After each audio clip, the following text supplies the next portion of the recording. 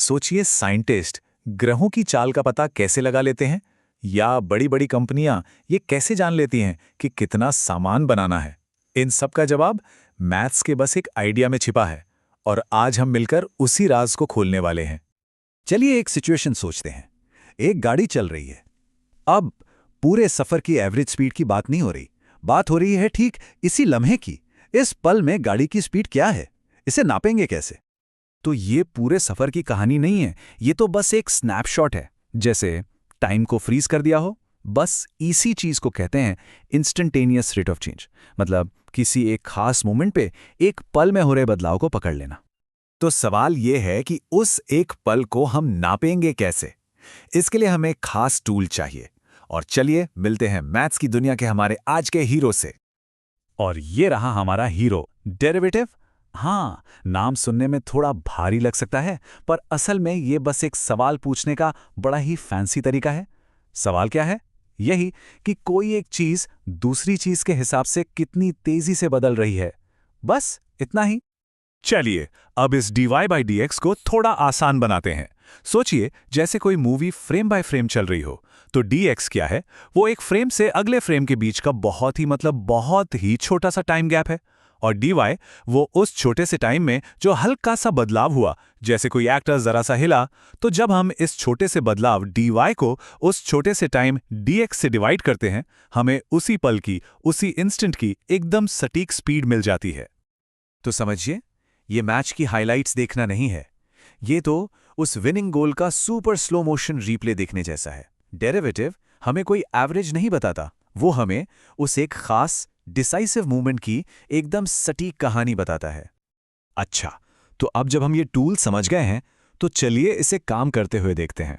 और ये देखना वाकई दिलचस्प होगा कि मैथ्स का ये एक आइडिया कहाँ कहाँ नहीं है, एक फैलते हुए सर्कल से लेकर बड़ी बड़ी कंपनियों के फैसलों तक।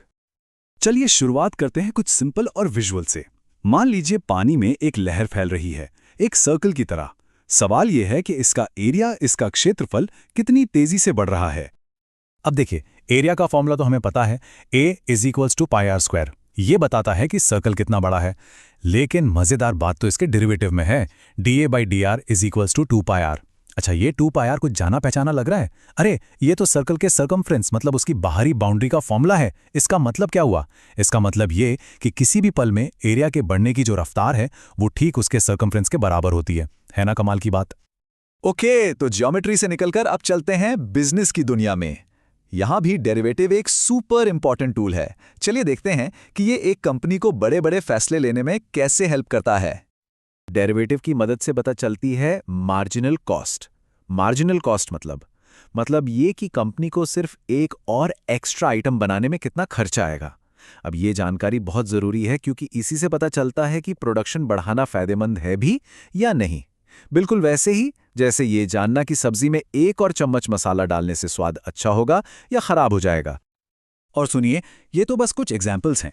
यही एक कॉन्सेप्ट हमें किसी पार्टिकल की स्पीड बताता है, किसी देश की आबादी किस रेट से बढ़ रही है वो बताता है, यहां तक कि एक केमिकल रिएक्शन कितनी तेजी से हो रहा है ये भी बताता है। सच कहें तो ये बदलाव को समझने की एक यूनिवर्सल भाषा है। तो हमने थ्योरी भी देख ली और इसके असली दुनिया के उदाहरण भी। तो अब सवाल ये है कि इस सबसे हमें क्या खास बात याद रखनी है। तो चलिए 3 सबसे जरूरी बातें याद रखते हैं। पहली, जब भी कोई कहे रेट ऑफ चेंज या बदलाव की दर, तो दिमाग में आना चाहिए डेरिवेटिव। दूसरी, जब भी शब्द आए इंस्टेंटेनियस या किसी एक पल में, तो इसका मतलब है उस खास पॉइंट पर डेरिवेटिव निकालना। और तीसरी बात, इसे एक स्विस आर्मी नाइफ की तरह समझिए, जो फिजिक्स से लेकर फाइनेंस तक हर फील्ड में काम आता है। तो आखिर में डेरिवेटिव सिर्फ मैथ्स की किताबों का एक फॉर्मूला नहीं है, ये एक तरह का चश्मा है जिसे पहनकर हम दुनिया को मोशन में देख सकते हैं। एक ऐसा टूल जो हमें अपने चारों तरफ हो रहे लगातार बदलाव को न सिर्फ समझने बल्कि उसे प्रिडिक्ट करने की ताकत भी देता है। ये दुनिया तो लगातार बदल ही रही है। तो अब जब ये टूल हमारे सामने है, तो सोचने वाली बात यह है कि हमारे आसपास की दुनिया में वो कौन सा बदलाव है, वो कौन सा रेट ऑफ चेंज है जिसे समझना सबसे जरूरी है।